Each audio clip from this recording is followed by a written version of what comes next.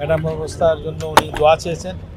উনি বিশেষ করে বললেন আমাকে যে হেলাল ভাই আপনি একটু ওই মিসকিন যারা বাচ্চা আছে যে ওই এতিমখানা তাদের দিয়ে একটা খতমে কোরআন বা দোয়া দরুদগুলো কোরআন ওদের দোয়াটা কবুল হয়, কারণ ম্যাডামের চিকিৎসা বলতে নাই এরকম একটা অবস্থা, ম্যাডামের চিকিৎসা হয়তো আর নাই, সেই পর্যায়ে ওনার অবস্থা, মোটেও অবস্থা ভালো নেই, ম্যাডামের অবস্থা খুবই খারাপ।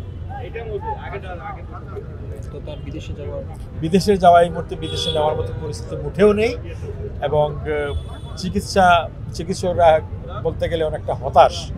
তো তারা চিকিৎসকরাই চাচ্ছেন যে দোয়া করেন আল্লাহ তাআলার কাছে যদি গায়েবীভাবে যদি কিছু একটা হয়, সেরকমই একটা পরিস্থিতি। এই জন্য আমরা বলবো যে দেশবাসী সবার কাছে ম্যাডামের জন্য আমরা প্রাণ করে দোয়া করি। আল্লাহ তাআলা আমাদের দোয়া যদি কবুল করে তাহলে ম্যাডাম হয়তো সুস্থ হয়ে ফিরে আসবে।